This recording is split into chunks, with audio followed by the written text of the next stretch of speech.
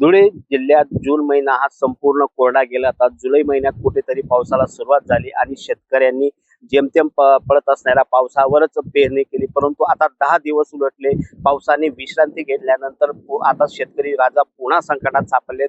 आपल्यासोबत काही शेतकरी आहेत, आपण त्यांना विचारू. दादा, काय सांगाल? 10 दिवस झाले आणि पावसाने विश्रांती घेतली.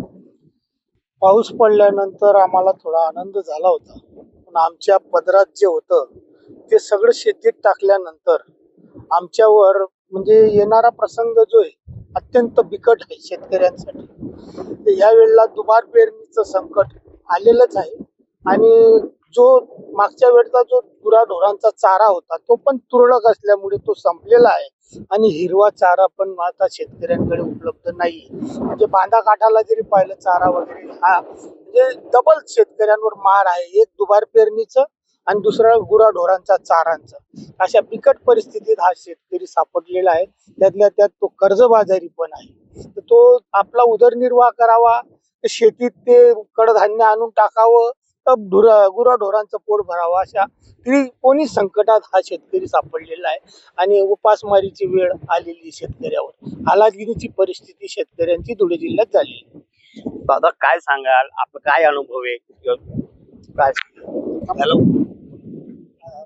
मला आता या वर्षाचा मागच्या वर्षी आणि या वर्षाच्या अंगामध्ये एवढी तफावत आहे. मागच्या वर्षी 6 मे पासून पावसाळ्याला सुरुवात झाली होती. मी स्वतः बागायतदार शेतकरी आहे. काही शेतीमध्ये कोरडवाहू आहे, काही बागायत आहे.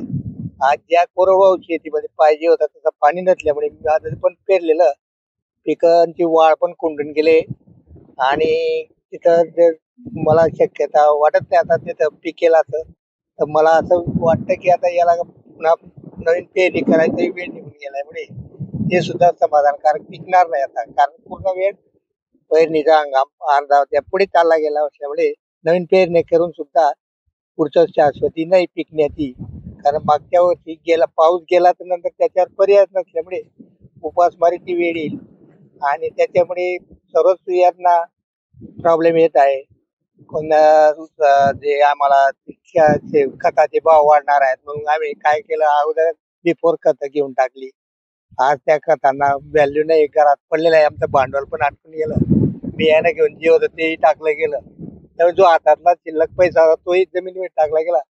आता तो गेला वाया. आता नवीन शेतीपासून आमच्याकडे उत्पन्न असल्यामुळे आमच्यावर म्हणजे भयानक संकट, आता उपासमारीची वेळ येण्याची शक्यता आहे आणि शेतकऱ्याची परिस्थिती आज अवस्था आहे. एकंदरीत जर बघितलं तर धुळे जिल्ह्यात अत्यंत बिकट परिस्थिती या ठिकाणी आपल्याला पाहायला मिळते आणि शेतकरी येथील शेतकरी आता पंढरपूरच्या पांडुरंगाला एकच साकडे घालताय की हे पांडुरंगा जास्तीत जास्त आणि मोठ्या प्रमाणे पाऊस येऊ दे अशी साकडे घालताना आता येथील शेतकरी पाहायला मिळतात.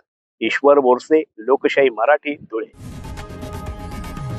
लोकशाही मराठी ऐका, पहा, जागरूक रहा.